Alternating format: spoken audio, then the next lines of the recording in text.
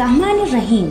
السلام علیکم پیارے بچوں، امید کرتے ہیں آپ سبھی بچے خیریت سے ہوں گے۔ جناب قاسم اس طرح سے کھڑے تھے کہ ان کی پیٹھ خیمے کی طرف تھی اور ان کا چہرہ میدان کی طرف تھا، اور امام حسین علیہ السلام کی پیٹھ میدان کی طرف تھی اور چہرہ خیمے کی طرف تھا۔ وہ دونوں ایک دوسرے کو دیکھ رہے تھے۔ جناب قاسم بہت دکھی تھے اور امام حسین علیہ السلام بھی بہت دکھی دکھائی دے رہے تھے۔ میدان میں بہت سی دھول اڑ رہی تھی، جس کی وجہ سے جناب قاسم کی نظریں امام حسین علیہ السلام کو تلاش کر رہی تھیں۔ بہت مشکل سے پورے میدان میں صرف امام حسین علیہ السلام ہی جناب قاسم کو دکھائی دے رہے تھے۔ جناب قاسم کا دل امام حسین علیہ السلام کے لیے پریشان ہو رہا تھا۔ امام نے خود بتایا تھا کہ وہ شہید ہو جائیں گے۔ سب کچھ پتہ ہونے کے بعد بھی وہ جمے ہوئے تھے۔ جناب قاسم نے دیکھا تھا کہ امام حسین علیہ السلام نے اپنے بچوں کو بھی میدان میں بھیج دیا تھا اور وہ شہید ہو چکے تھے۔ اس لیے جناب قاسم نے قدم اٹھایا اور آگے بڑھے۔ جناب قاسم امام حسین علیہ السلام کے پاس گئے۔ امام حسین علیہ السلام انہیں دیکھ کر تڑپ گئے۔ امام نے ان کے کندھے پر ہاتھ رکھا تو حضرت قاسم امام حسین علیہ السلام سے لپٹ کر رونے لگے۔ امام حسین علیہ السلام بھی ان کے ساتھ رونے لگے۔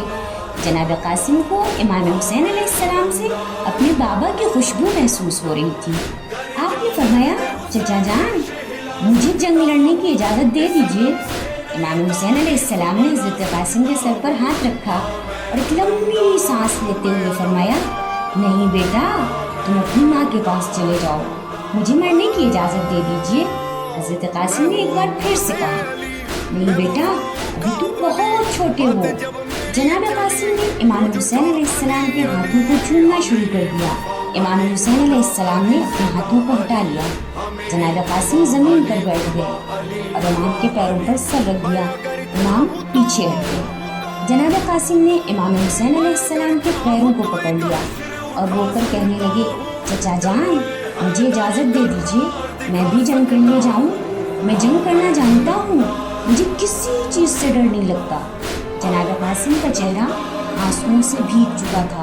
امام حسین علیہ السلام نے نہ چاہتے ہوئے بھی جناب قاسم کو اجازت دے دی۔ جناب قاسم خوشی کے ساتھ اپنی جگہ سے اٹھے، مسکراتے ہوئے تلوار اٹھائی اور میدان کی طرف چل دیے۔ گرمی بہت تیز تھی، سورج جس کو جھلسا رہا تھا اور میدان کی دھول اڑ اڑ کر چہروں پر جمی جا رہی تھی۔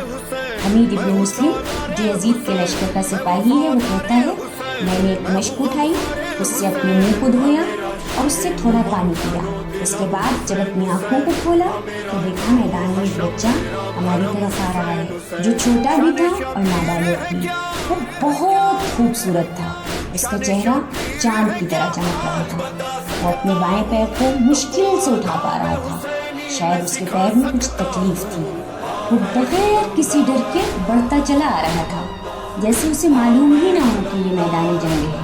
تلوار اس کے لیے بھاری تھی۔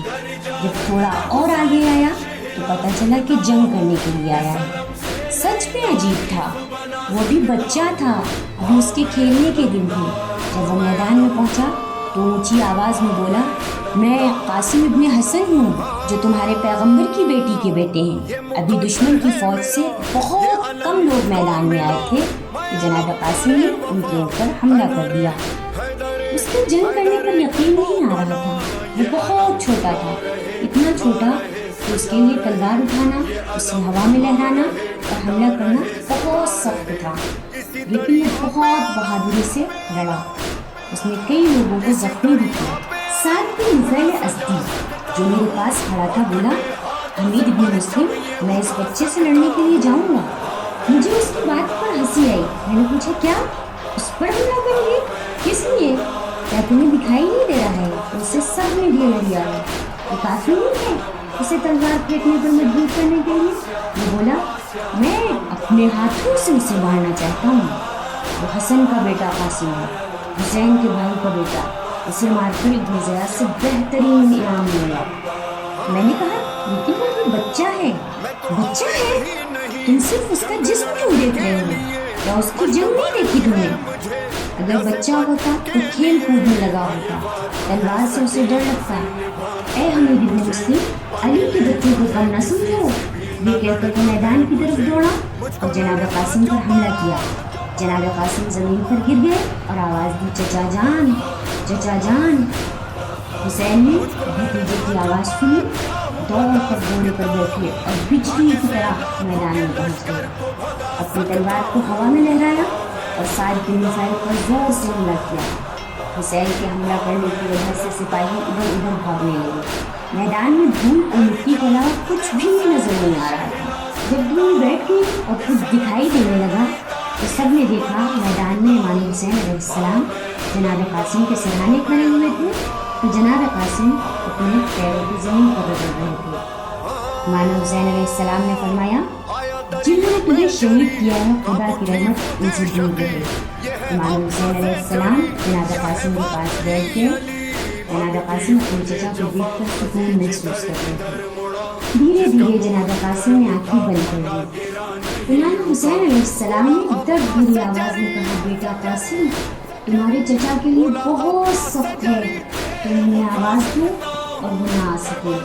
خدا کی قسم، میرے دشمن بہت زیادہ ہیں اور دوست بہت ہی کم ہیں۔